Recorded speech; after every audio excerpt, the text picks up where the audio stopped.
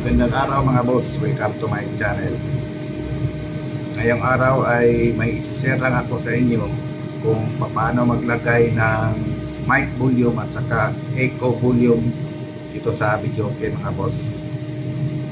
Ito kasi PCB niya, ito wala kasing ano dito para sa mic niya at saka sa echo.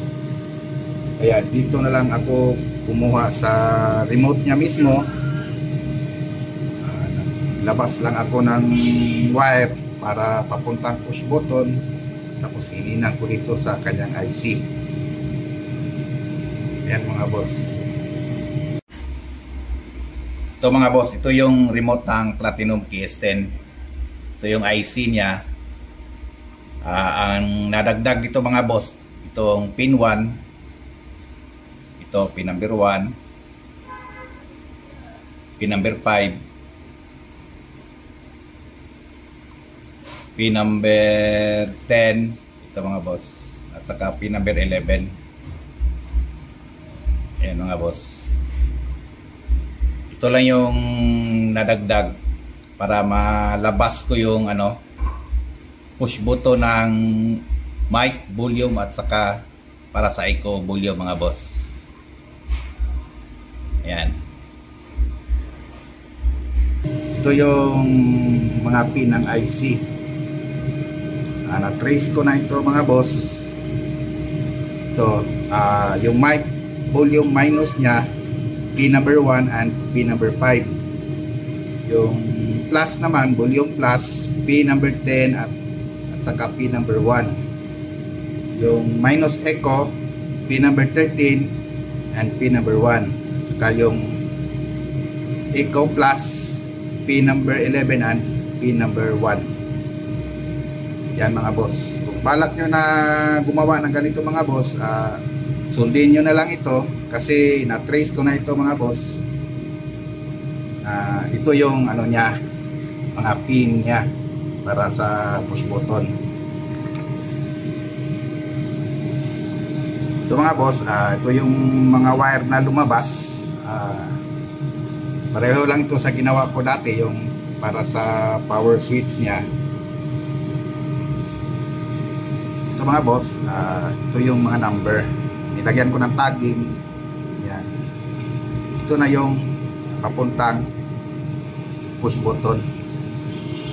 Kasi yung mga customer palaging nagre-request na sana malagyan ng mic volume at saka echo para doon na lang sila mag-control sa volume ng kanilang mic para makokontrol nila yung ano, volume ng echo at saka yung mic.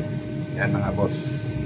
Ngayon, papakita ko sa inyo, i-testing ko kung okay ba ito mga boss.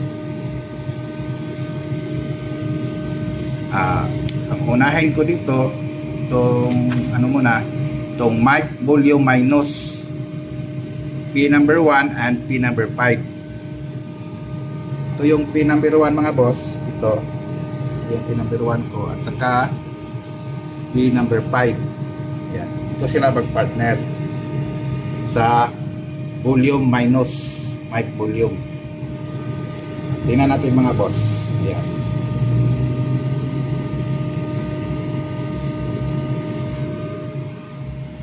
Ayan mga boss, lumabas yung mic. Yan.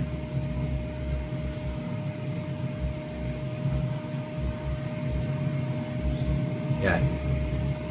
Ito yung mic volume minus.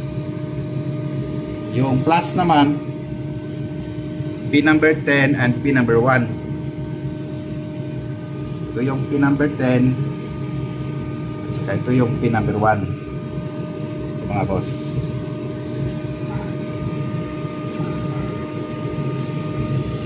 Pin number 10 and pin number 1. Ito yung 10, yung 1.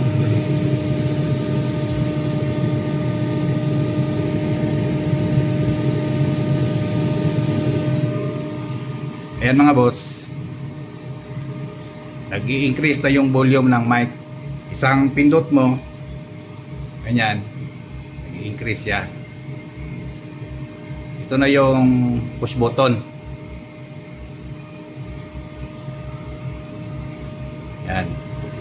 Tapos yung echo naman, itong echo decrease, to minus, pin number 13 at saka pin number 1.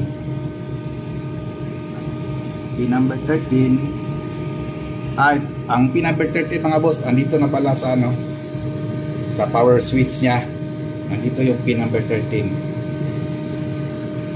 Hanapin na natin dito. Kasi dito yung power button ng unit kasi may pin number 13 din dito. Kaya hindi na lang ako naglabas ng wire kasi andito na. I-testing natin.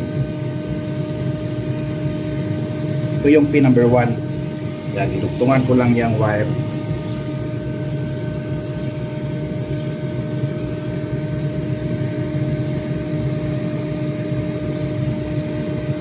Ito pala. Ito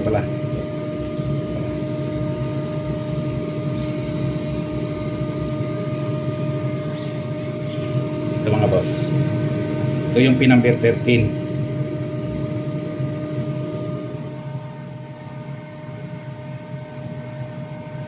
Ayan mga boss. Nagdi-decrease yung echo.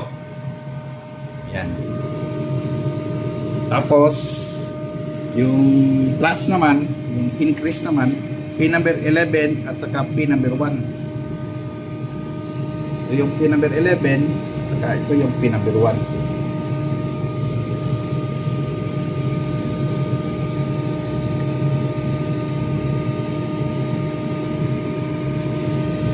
Ganun ko na lang mga boss.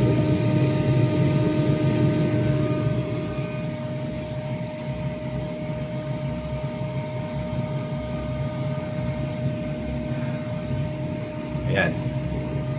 Ito yung increase plus. Ayan.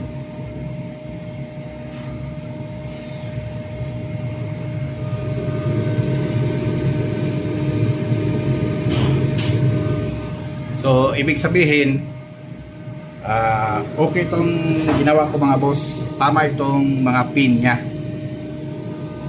ng IC. Pin ng IC. Ito. Lagyan ko na lang ito ng push button tulad ng ganito.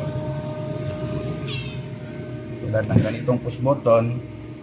Tapos, may butas lang ako dito ng 4 para sa mic at saka sa echo. Ayun lang mga boss. Sana may nakukuha din kayong idea kung paano maglagay ng mic, volume at saka echo dito sa Platinum TS10 mga boss. Ayan. Hanggang dito na lang mga boss at maraming salamat sa inyong panonood.